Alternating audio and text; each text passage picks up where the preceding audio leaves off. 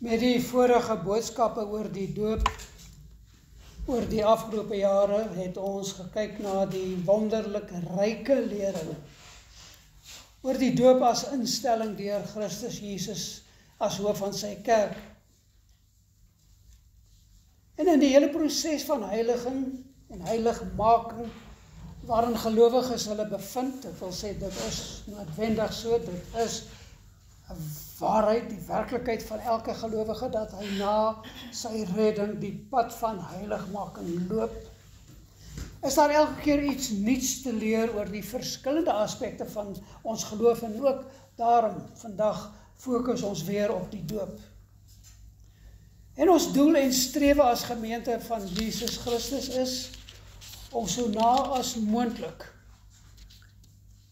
aan 'n nuwe testamentiese gemeente te wees, so na as moontlik dit te wees, volgens die voorskrifte van God se openbaring, die Bybel. Dit wil sê, as ons na die Bybel toe gaan, en die Bybel sê, dit is hoe die kerk van Jesus Christus is dit hoe ons is, nie net as gemeente kollektief nie, maar ook elkeen individueel as gelowige.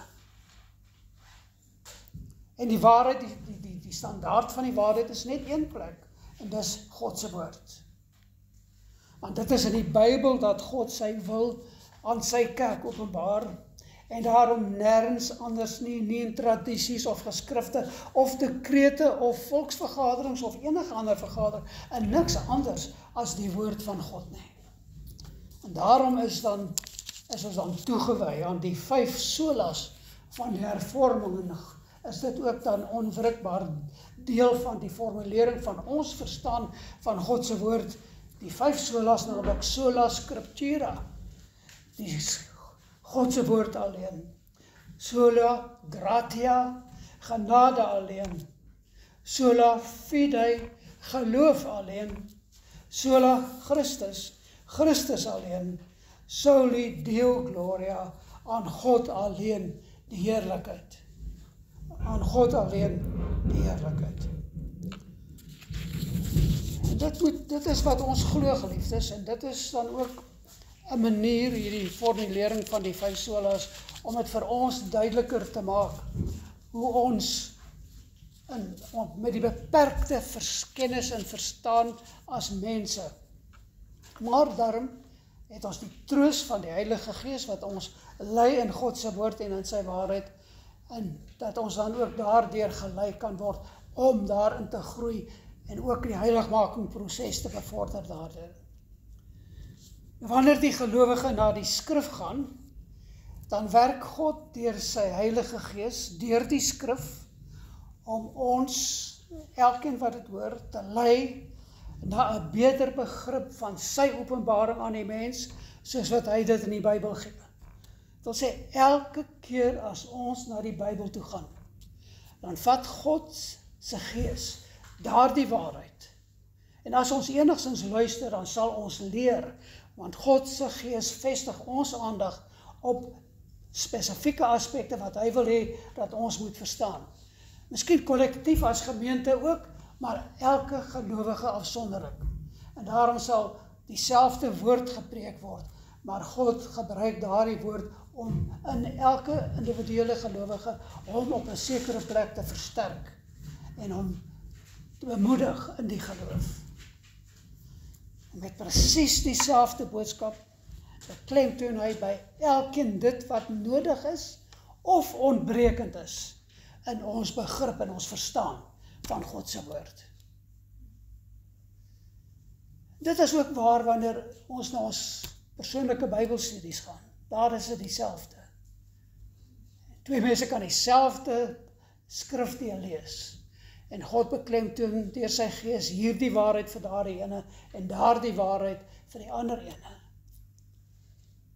Omdat hy aanvul dit wat ontbrekend is, maar dat hy ook in genade lei waar daar plek is vir 'n groter en 'n beter verstaan. Daarom is dit dan ook belangrik dat ons die doop reg verstaan, want dit is die eerste doelbewuste stap van gehoorsaamheid van die gelowige na bekering. Dit is die basis, die fundament van ons wandel in die geloof. Met ander woorde, ons wandel in heiligmaking. Dit is so 'n basiese opdrag wat Jesus in Matteus 28 vers 19 gegee het. Dit wat algemeen bekend staan as die groot sending opdrag, toe hy aan hulle gesê het, verkondig die evangelie. En wanneer mense tot bekering gekom het, doop hulle in die naam van die Vader en die Seun en die Heilige Gees en leer hulle om alles te onderhou wat ek julle beveel het. Redding, doping, lering tot heiligmaking. Hierdie lering tot heiligmaking is miskien juist die een aspek wat in ons dag en ons tyd so ver tekort skiet. Want geliefdes, as enige gelowige in die kerk kom, in 'n kerkdiens kom, in die byeenkoms van die gelowiges kom, en daar is nie iets wat hom aanspreek wat gepreek word nie, dan is daar 'n probleem, of deur die prediking, of deur die een wat dit aanhoor. Want God se woord is voortdurend besig om ons te leer, soos wat ek nou verduidelik het. Maar hierdie lering tot heiligmaking, dit wil sê, die kerk se aanmoediging, die gemeente se aanmoediging, die prediker se aanmoediging om tot heiligmaking te lewe, om elke geleentheid aan te gryp wat daar is, om die regte ding te doen. En dan meer verder, om dit te doen tot verheerliking van God. Dit is waartoe die kerk geroep word.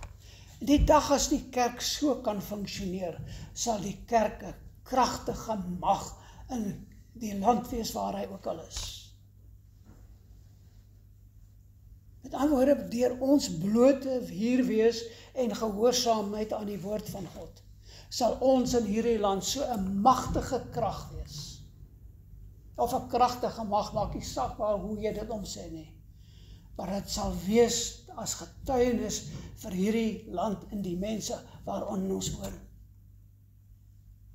Dis wat gelowiges veronderstel is om te wees. 'n Getuienis waar ons kom. En ons moet weet, Jesus het ons gewaarsku. Jy gaan teëspoed kry die oomblik as jy jou mond oopmaak. As jy mense aanspreek of konfronteer met die waarheid. Dit moet ons nie verbaas nie. Hy het gesê, dit gaan gebeur. En hy het gesê, hoekom sal dit met my gebeur en nie met julle nie? As dit dan nie met ons gebeur nie, as ons nie vervolg word nie, is daar dalk 'n probleem in ons getuienis, is dit nie? En ons moet daaraan dink. As mense ons nooit teengaan in ons geloof nie, is dit dalk dan omdat ons nie 'n kragtige getuienis is nie. Jesus het gesê, dit gaan gebeur. Dit gaan gebeur.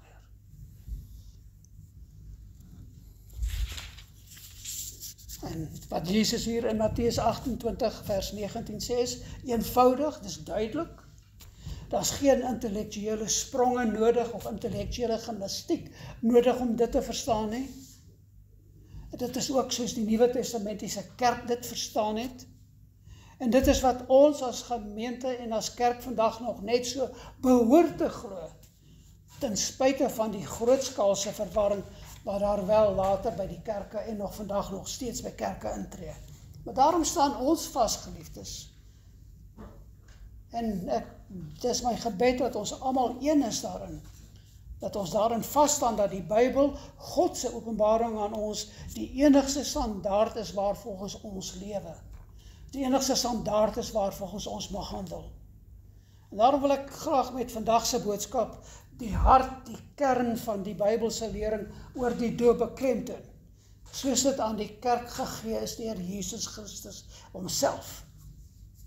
En ek wil nie die mense se opinies hoor nie, ook nie tradisies van kerke of denominasies nie, slegs die woord, sola scriptura, wat sê die woord oor die doop, en dis al waarna ons gaan kyk. En daarom gaan ons dan vandag weer na daardie skrifdele kyk, waaroor die doop gaan, daardie dele wat deur Jesus self leer is. Maar wanneer ons na die groter prentjie kyk, en dis my gebed, en as ons dan verstaan binne die breë raamwerk van ons geloof, dat dit tot groter insig vir elkeen van ons sal lei, maar ook dat ons eie doop, toe dit gebeur het, daardie dag toe dit in die geskiedenis gebeur het, dat jy gedoop het, en jy jou verklaring voor die gemeente en voor die wêreld gesê het, dat ek is nou 'n volgeling van Jesus, dat daardie dag vir jou kosbaarder sal word by terugskoue. Nou kom ons kyk na Matteus 3. Dis so ek sê op die bulletin is. Matteus 3 vanaf vers 13 tot 17. Matteus 3 vanaf vers 13 tot 17. Staan asseblief. Dis die woord van die Here wat ons nou lees. En hierdie is sy direkte opdrag waarmee ons te doen het. Matteus 3 vers 13. Toe het Jesus van Galilea na die Jordaan, na Johannes gekom, om deur hom gedoop te word, maar Johannes het hom ernstig teëgegaan en gesê, ek het nodig om deur u gedoop te word, en u kom na my toe. Maar Jesus het geantwoord en vir hom gesê, laat dit nou toe, want so pas dit ons, om alle geregtigheid te vervul. En daarna, nadat hy dit gesê het, het hy hom toegelaat. En nadat Jesus gedoop was, het hy dadelik uit die water opgeklim, en met eens gaan die hemele vir hom oop, en hy sien die Gees van God soos 'n duif neerdal, en op hom kom. En daar kom 'n stem uit die hemele wat sê, dit is my geliefde seun, in wie ek 'n welbehae het. Sit gerus. Kom ons plaas hierdie vers eerstens in konteks. Hierdie geskiedkundige gebeure wat hier beskryf word, dit wil sê daar die werklike gebeure in tyd, soos dit 2000 jaar terug gebeur het, vind plaas reg aan die begin van Jesus se bediening, sy amptelike bediening, sy ministry. Hy het vir 30 jaar in relatiewe obskuriteit geleef, dit wil sê eintlik onbekend. En hierdie gebeure is nou die inleiding tot sy openbare bediening. Hier gaan hy nou met sy openbaring bediening begin. Ek kan dit nog self sterker stel, geliefdes. Hierdie is die bevestigingsgeleentheid van Jesus. Dit is die inhuldiging van die God-gestuurde Messias wat hier plaasvind, wat hier beskryf word. En ek wil dan ook net hier myself onderbreek en sê, kyk net wat hier gebeur. Hier is nie 'n wêreldse fanfare en kore en allerhande sulke goed en trompette en 'n vreeslike gedoente nie. Dit is 'n handeling in die waarheid van daardie oomblik. En dan moet ons dit verstaan, hier begin Jesus se bediening. En dan moet ons onthou, hoe eindig dit? En kom God dan, en kom sê, rooi matte, goue kandelare, al daardie soort goed, soos wat hy in die Ou Testament verwag het in sy tempel, wat vir hom tot verheerliking was. Vir die Nuwe Testamentiese kerk is dit in alle eenvoud wat hierdie begin. En daarom dink ek met kerke wat in absolute pragt en praal hulle dinge doen, baie mooi dink oor wat die wese van die kerk is. Maar ek het reeds gesê, is die bevestigingsgeleentheid, die inhuldiging van die God-gestuurde Messias. En onthou dan ook die aankondiging van Jesus se geboorte in Matteus 1 vers 23, waar daar dan vir ons duidelik gesê is, en soos Matteus self hier berig, wat was die woorde? Immanuel, God met ons. Wat daardie gedenkwaardige, geskiedkundige, onbeskryflike oomblik beskryf wanneer God, die almagtige God, sy skepping, die aarde betree het en mens geword het. Immanuel, God met ons. Jesus was God wat mens geword het. En hy het hierdie aarde fisies, liggaamlik betree tot redding van die uitverkorenes. Dit was 30 jaar voor hierdie gebeure in Matteus 3. En nou, 30 jaar later, 30 jaar na sy geboorte, het ons hierdie geestelike bevestigingsgeleentheid. Ek wil die Engelse woord gebruik, die commissioning van Jesus, wanneer hy dan sy geestelike bediening begin. Daar die reddingsbediening begin. Maar wat ons nooit mag vergeet nie, geliefdes, daardie begin was ook die eerste tree op die lydenspad na die kruis. Want dit is alles in een verwerf, in een verweef, ekskuus. Want wat ons nooit mag vergeet nie, hy het gekom om te sterf. Hy het gekom om te sterf. En dit was nooit anders bedoel nie. En dis wat Paulus in 1 Timoteus 1 vers 15 bevestig. Dis 'n betroubare woord en werd om ten volle aangeneem te word, aangegryp te word, dat Christus Jesus in die wêreld gekom het om sondaars te red. Maar kom ons kyk na die gebeure rondom Jesus se doop in Matteus 3. Ons kyk eers na verse 13 tot 15. En ek lees dit weer. Toe het Jesus van Galilea na die Jordaan en na Johannes gekom om deur hom gedoop te word. Maar Johannes het hom ernstig teëgegaan en gesê, ek het nodig om deur u gedoop te word en u kom na my toe. Maar Jesus het geantwoord en vir hom gesê, laat dit nou toe. Want so pas dit ons om alle geregtigheid te vervul. En daarna het hy hom toegelaat. Hoekom wou Johannes die doper nie vir Jesus doop nie? En ons moet dit so verstaan. Johannes was ten volle bewus dat Jesus self God was en daarom sondeloos was. En in die Griekse teks word dit beklemtoon, is dit 'n baie sterk werkwoord wat hy gebruik, dat Johannes dit baie sterk teengestaan het. Daar staan, Johannes het hom ernstig teëgegaan. Maar in die Grieks was dit, hy het hom absoluut hard teengegaan. Nee, ek kan dit nie doen nie. Want hy het geweet dat Jesus in sy lewensbestaan as mens nie die doop tot vergifnis van sondes nodig gehad het nie. En daarom wou hy nie. Maar kyk na Jesus se stelling in die tweede deel van vers 15.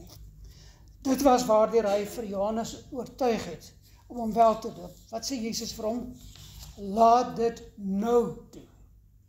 Nou.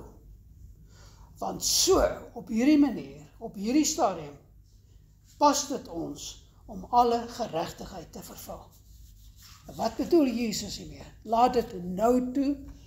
In die Grieks is dit 'n idioom wat beteken dat die daad van sy doop, hoewel dit op daardie tydstip oënskynlik nie gepas was nie, inderdaad van pas is, want in die groter bestel van God se raadsplan is dit nou die bestemde tyd om dit wel te doen. Die direkte God bestemde verlossingsgeskiedenis begin nou, sê Jesus, en daarom nou hierdie doop. Laat dit nou doen. En daar sou eers werklik betekenis hieraan kon gegee word 3 jaar later met sy kruisiging. Maar Jesus het gesê, laat dit nou toe, want hierdie is die begin. Hierdie is die eerste tree op die lydenspad na die kruis. Laat dit nou toe. Ten einde God se plan volmaak deur te voer, daardie reddingsplan van God, was dit nodig dat Jesus hom ten volle met die mens moet vereenselwig. Dat hy hom ten volle met die mens moes vereenselwig. Hy kon nie geregtigheid of redding vir die mensdom bewerkstellig as hy hom nie met die mens vereenselwig het nie. En hierdie stelling word verskeie skrifteure bevestig. Kyk byvoorbeeld na Jesaja 53 en 54 en ek begin lees in Jesaja 53 aan die einde van die hoofstuk 11. in die tweede deel van vers 11, Jesaja 53 vers 11, my knegt, die regverdige, verwysende na die Messias wat sou kom, baie regverdig maak, en hy sal hulle skuld dra. Daarom sal ek hom 'n deel gee onder die grootes, en met magtiges sal hy buit verdeel, omdat hy sy siel uitgestort het in die dood, en saam met die oortreders getel was, terwyl hy tog die sonde van baie gedra het, en vir die oortreders gebid het, omdat hy sy siel uitgestort het, en in die dood saam met die oortreders, dit wil sê, die sondige mens getel was. Jezus moes hom met die mens, die sondige mens, vereenselwig. Hy het nie sondig geword nie, maar hy moes hom daarmee vereenselwig. En dit is wat hy dan met die doop dan ook doen. Dit is juis in die doop dat Jezus nou amptelik met die oortreders gereken was. En dit was 'n vrywillige handeling aan sy kant. Hy, die sondelose seun van God, vereenselwig hom vrywilliglik met die sondige mensdom wat hy gekom het om te red. En die doop was sy eerste inleidende, initiële stap van sy bediening van verlossing. His ministry of salvation. Daar het hy sy eerste streek gegee. In die Nuwe Testamentiese weergawe van Jesaja 53 skryf Paulus in 2 Korintiërs 5 vers 21. Daardie deel wat ons gelees het, op die bulletin, die laaste deel op die bulletin voorblad. Want God het Jesus wat geen sonde geken het nie, sonde vir ons gemaak, sodat ons kan word geregtigheid van God in hom. Daarom dan Jesus se woorde in Matteus 3 vers 15 se tweede deel, laat dit nou toe, want so op hierdie manier pas dit ons om alle geregtigheid te vervul. Kom ons konsentreer op daardie laaste frase. Dit was die enigste pad van geregtigheid vir die sondige mens. Daar is nie 'n ander uitweg vir die mens, vir die sondige mens nie. Dit was God se bepaling van geregtigheid vir die sondige mens. En as ons nou later by Romeine 5 gaan kom in ons studie van Romeine, kom ons kyk vandag reeds na enkele verse, Romeine 5 vers 6, Romeine 5 vers 6, want toe ons nog swak was, het Christus op die regte tyd vir die goddelose gesterwe. Ek wil net sê, hierdie hele hoofstuk 5 van Romeine is eintlik 'n wonderbaarlike hoofstuk. Ek gaan lees gerus die hele hoofstuk. Maar ons nou na vers 6 gekyk, maar kom ons kyk na vers 18. Maar hy skryf nou die hele stuk tussen en gaan nou alles oor hierdie regverdiging. Vers 18, daarom dan, net soos dit deur een misdaad vir alle mense tot veroordeling gekom het, verwysende na Adam se sonde, Adam en Eva se sonde, so ook is dit deur een daad van geregtigheid, Jesus se sterwe, vir alle mense tot regverdigmaking van die lewe. Die ou Adam bring die dood, die tweede Adam bring die lewe. En dit is wat hy hier vir ons sê. En dit is hoe ons dit moet verstaan. En nou lees ek van 'n kommentator wat die volgende gesê het, juist hieroor. It means that when Jesus died on the cross, God treated him as if he had lived your life. He treated him as if he had lived your life. As if he had lived your life. Neem kennis daarvan. Hy het jou sonde gedoen. Hy word vir jou sonde aanspreeklikheid gegee. Hy het hom so behandel. Nie dat hy dit gedoen het nie, maar God het hom so behandel. And he punished him as if your sin was his sin. And now because of that, he treats you as if you lived Christ's life. Hoekom kan ons vrygespreek word? Omdat God ons behandel asof ons Christus se sondelose lewe geleef het. En dit word tot ons rekening gereken.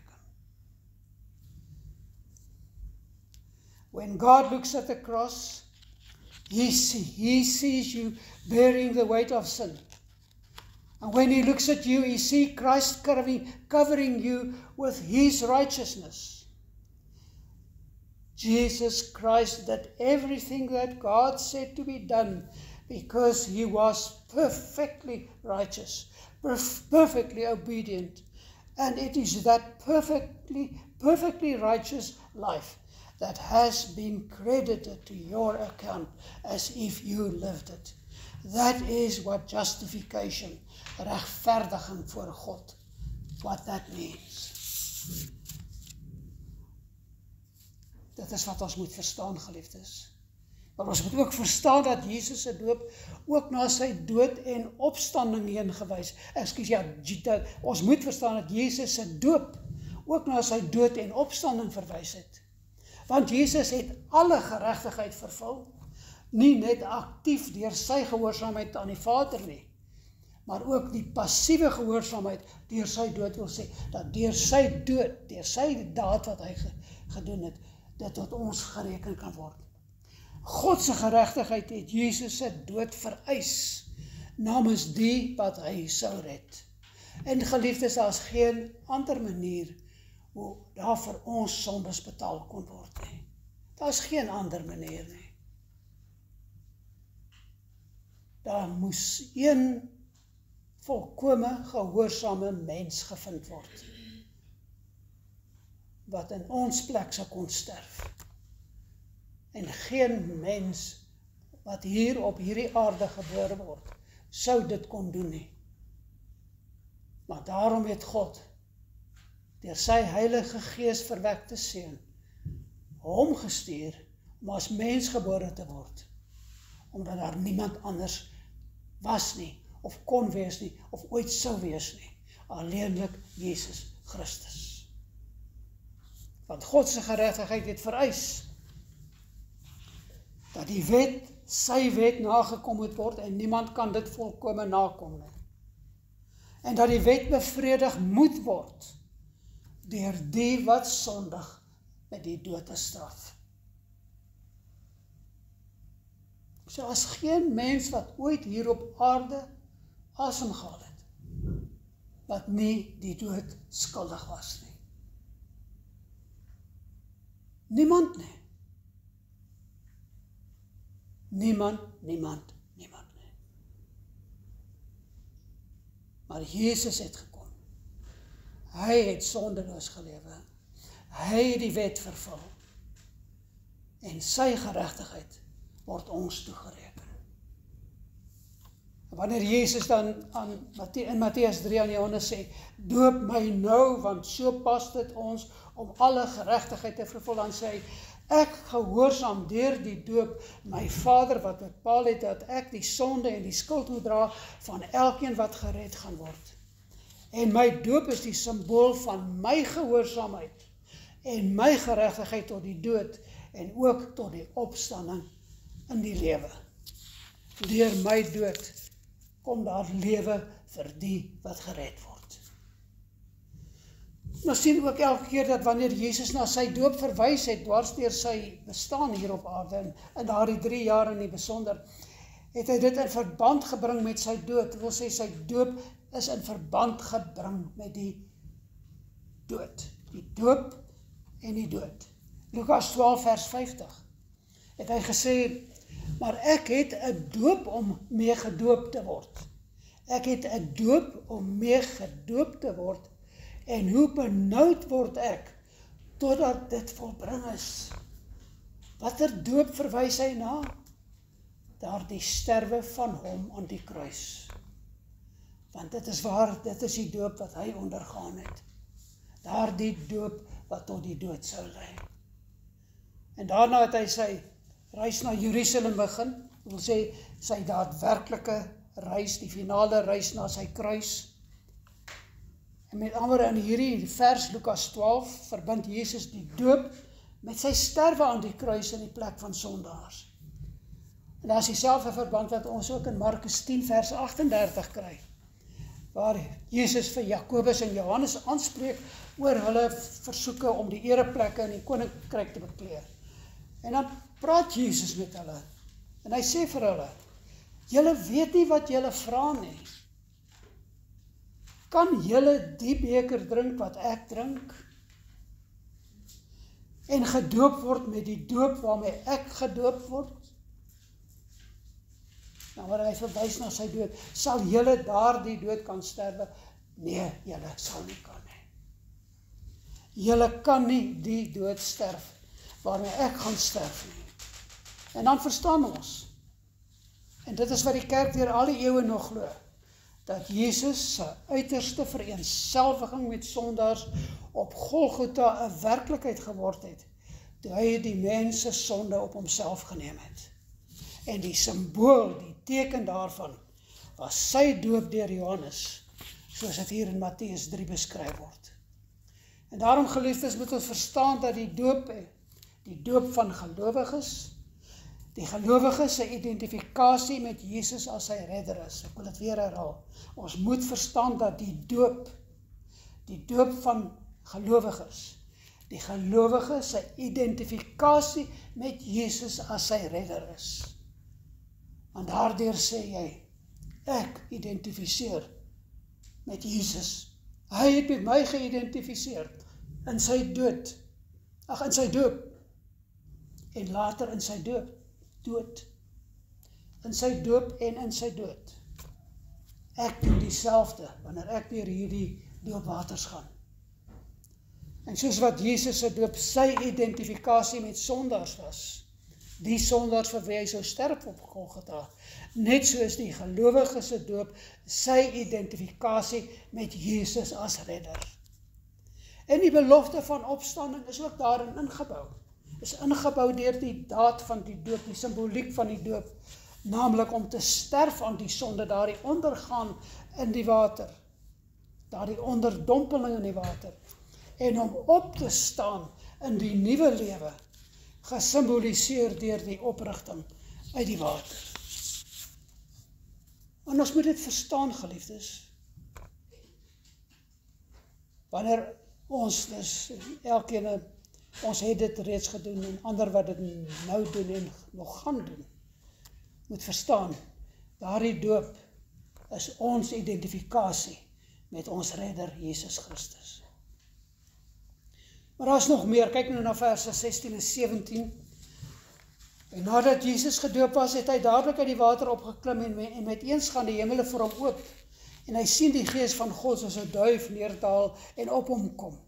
En daar kom 'n stem uit die hemele wat sê, dit is my geliefde seun, in wie ek 'n welbehae het. Neem kennis, geliefdes. Hierdie is een van verskeie tekste oor die drie-eenheid wat ons in die Bybel aantref. En so dikwels en nog gereeld hoor mens die argument van mense, selfs mense in die kerk wat sê, maar die drie-eenheid is nie 'n begrip in die Bybel nie. Hier is dit. Jesus, die Heilige Gees en God die Vader. Nou let wel, wat Jesus nou hier, wat hier Matteus beskryf word, dis nie 'n droom of 'n visie of 'n profesie of iets nie, dit is geskiedenis wat hier geskryf word. Matteus 3 vers 16 en 17 is werklike gebeure. Johannes en waarskynlik al die teenwoordiges daar, sien die gees van God soos 'n duif neerdal op Jesus. Ek wil net hier myself onderbreek en nie vandag tyd om ten volle daarop in te gaan nie. Hulle sê nie die gees van God is 'n duif nie. Hulle sê net hy het soos 'n duif in daardie absolute sagtheid van die duif se neerdal. Dit is hoe die Heilige Gees neergedaal het. Ek sê weer, dit was nie 'n fisiese duif wat neergedaal het nie, maar hulle het die Heilige Gees sien neerdal in die sagtheid van 'n duif op die teenwoordiges. Tenminste, nie op die teenwoordiges nie, dit sou later gebeur, maar op Jesus. En verstaan dan ook, dat hierdie net so 'n merkwaardige, heugelijke oomblik in die wêreld se geskiedenis is, as wat die geboorte van Jesus Christus was, en wat nou hier by die doop gebeur, en dan wat nog gaan gebeur, wanneer Jesus dan sy dood aan die kruis sterf. Daardie groot reddingsoomblik in God se bestel. Maar nou moet ons dit ook so verstaan, geliefdes. Onthou, tussen Maleagi, wat die laaste boek in die Ou Testament is, en Matteus, die eerste boek in die Nuwe Testament, was daar 400 jaar van stilswye. Het God nie met Israel mee gepraat deur die profete of enige iemand nie. God was stil. Israel was sonder hulle God. Waarin hulle gewoond was, die profete wat gewaarsku het, die priesters wat gepreek het, al daardie dinge nou vir 400 jaar stilte. En nou, 400 jaar later, openbaar God hom op 'n kragtige manier. Kyk na vers 16. God openbaar homself op 'n kragtige manier. En nadat Jesus gedoop was, het hy dadelik uit die water opgeklom. En met eens gaan die hemele voor hom oop. Markus 1 vers 10 beskryf dieselfde gebeuring. Toe hy uit die opklim uit die water, sien hy die hemele skeur. Dis Jesus. Die Griekse woord wat hy daar gebruik is schizo, 'n kragtige oopmaking. 'n kragtige oopmaking. En hierdie woord schizo word ook in Jesaja 63 en 64 byvoorbeeld gebruik, wanneer daar by wyse van profetiese vooruitskouing die volgende gesê word, Jesaja 63 vers 17, Here, dis nou die volk wat praat, Here, waarom laat U ons wegdwaal van U weë? Waarom verhard U ons hart, sodat ons U nie vrees nie? Keer terug terwille van U knegte, na die stamme van U erfdeel. U heilige volk het dit vir 'n kort rukkie besit. Ons teenstanders het U heiligdom vertrap. Ons het geword soos hulle oor wie U nie van ouds af geheers het nie, maar die buite Israel, die nie-Jode, oor wie U naam nie uitgeroep is nie. Here, hierdie klomp wat nie van U is nie, wat ons volk oorgeneem het. En dan gaan dit oor na hoofstuk 64. Jesaja 64. Luister wat sê hy dan. Ag, as U maar die hemele wou skeur, schizo, dieselfde woord. As U maar die hemele wou skeur, wou neerdal, dat die berge wankel voor U aangesig, soos vuur om die houtjies aan die brand te steek, vuur die water laat opborrel, om U naam aan U teenstanders bekend te maak, sodat nasies voor U aangesig kan bewe. Hier is dit die gebed van Jesaja. Here, skeur asseblief die hemele oop, sodat ons weer U teenwoordigheid kan belewe. En dit is presies wat God doen. Wat hier beskryf word in hierdie deel in Markus, waar hy dit dan spesifiek daar die woord gebruik, schizo. Die hemel het oopgeskeur en God kom en hy openbaar hom op 'n magtige manier.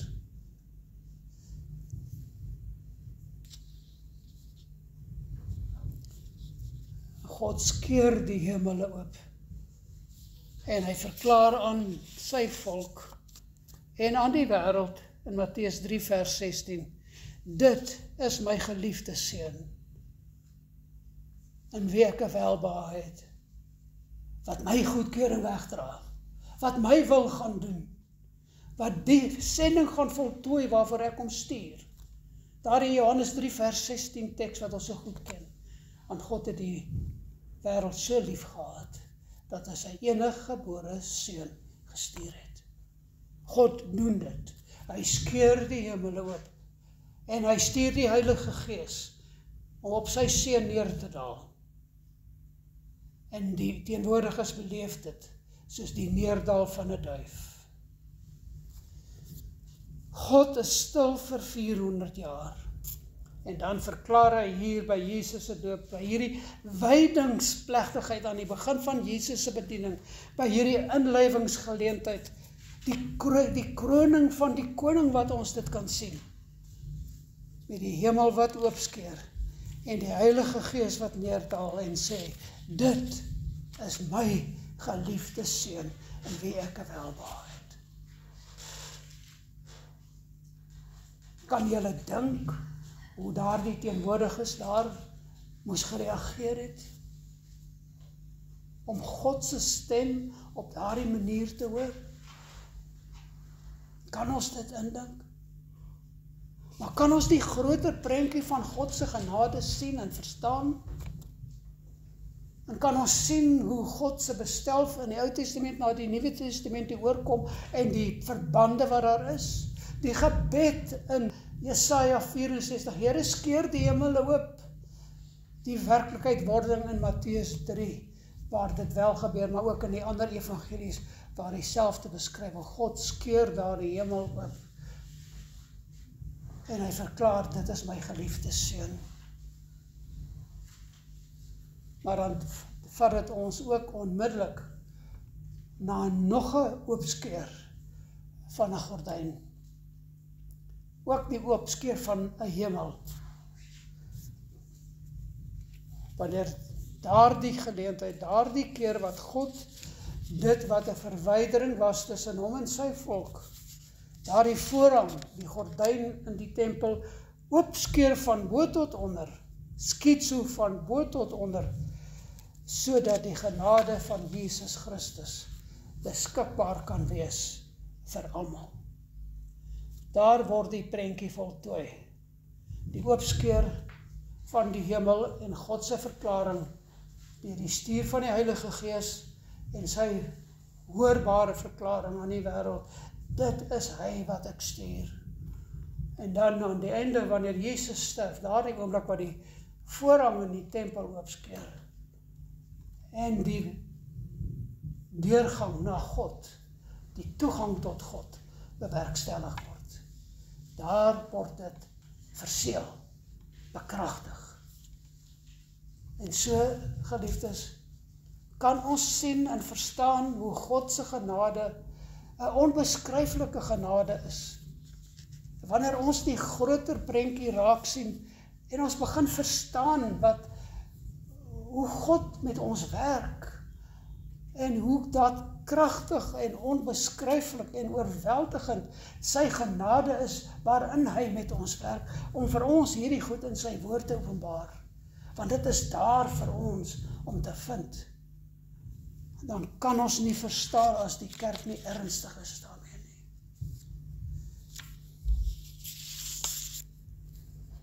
Maar kom ons gaan nou na Matteus 28, waar ons dan Jesus se opdrag tot die doop vind. Daardie ordonnansie, daardie verordening, daardie opdrag deur Jesus Christus self. Matteus 28:19, sy laaste woorde aan sy kerk. Sy laaste woorde aan sy kerk. Gaan dan heen. Gaan uit in hierdie wêreld, gaan dan heen. Maak disippels van al die nasies, niemand word uitgesluit nie. En doop hulle in die naam van die Vader en die Seun en die Heilige Gees.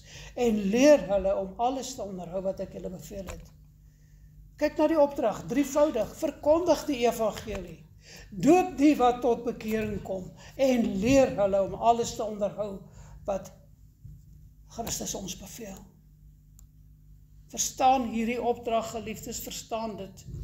As die kerk nie die evangelie verkondig nie.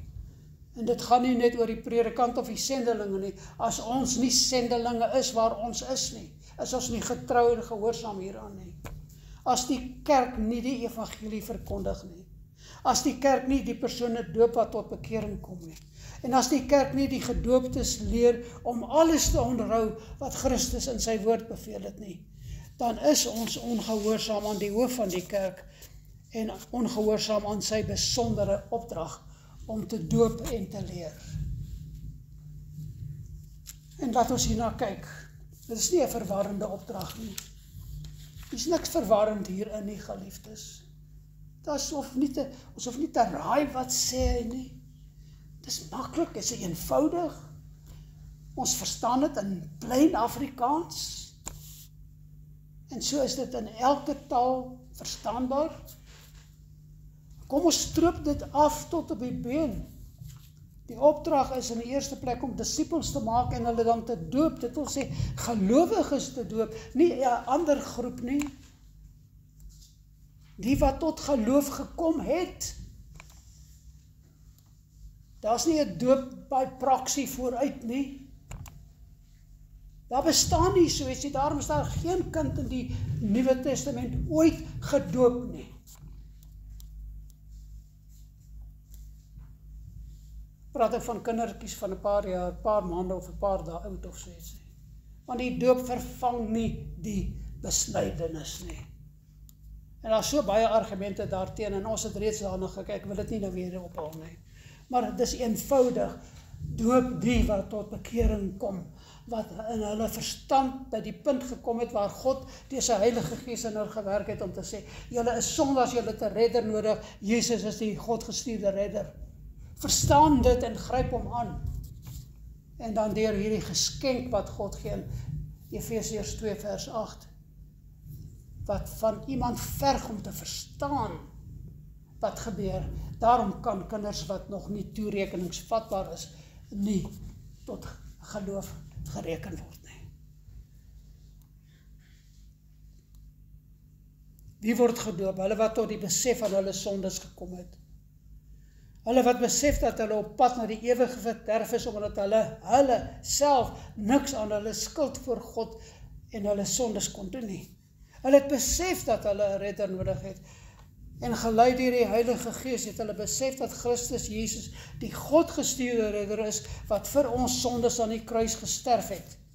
En by hierdie besef hiervan het daardie persone, soos wat dit in die Nuwe Testament so goed beskryf word, op die evangelie boodskap gereageer en Jesus as hulle redder aanvaar en hulle redding as geskenk van God aanvaar, soos Paulus dit in Efesiërs 2 vers 8 beskryf, want uit genade is julle gered, deur die geloof, en dit nie uit julle self nie, julle het nie daai geloof self opgewerk nie, dit is 'n geskenk van God. En dit is alleenlik hulle wat hierdie geskenk aanvaar, wat deur die doopwaters moet gaan. Verstaan dit goed, geliefdes? In hierdie proses van doping maak die wat tot redding gekom het aan die gemeente 'n verklaring. Hulle verklaar aan die gemeente deur te sê, ek is nou een van Jesus se volgelinge. In die Ou Testament sou hulle, in die Nuwe Testament se begin sou hulle waarskynlik gesê het, ek is nou ook 'n navolger van die weg na saligheid, die weg na God. Want dis hoe die kerk aan die begin bekend was, die volgelinge van die weg. Maar dit maak nie saak wat hulle genoem word nie. Ek is nou een van Jesus se volgelinge. Dis 'n verklaring aan die gemeente en dis 'n verklaring aan die wêreld. Met ander woorde, vir die verklaring aan die gemeente is ook om te sê, ek is nou een met julle. Ek is nou een met julle. Ek vereenselwig my nou ten volle met Jesus as redder. Ek vereenselwig my met die kerk as die geloofsgemeenskap van Jesus Christus. En ek onderwerp my ten volle aan die Bybel as sy geopenbaarde woord, wat nou my enigste gids vir lewe en geloof is. En ek gaan nou as daad van gehoorsaamheid deur hierdie doopwaters gaan, soos wat Christus Jesus in Matteus 28 opdrag gegee het. En ek aanvaar nou deur die doop rekenskap teenoor Christus Jesus en sy kerk, soos wat hy in Matteus 18 beveel het. En dit is wat ons twee doopelinge vandag gaan verklaar, geliefdes. Ek wil weer sê, dis nie ingewikkeld nie. Ons hoef nie 'n verskriklike ding hiervan te maak, dis eenvoudig. Redding, geloof, doop, gehoorsaamheid. Dis 'n daad van gehoorsaamheid. Die hele ding gaan oor gehoorsaamheid. Christus het gesê, hierdie is juis die daad van gehoorsaamheid. Want deur sy gehoorsaamheid kom daar geregtigheid. En deur die doopelinge se daad van gehoorsaamheid is dit ook 'n seël, 'n bewys van hulle geregtigheid wat na hulle toe kom.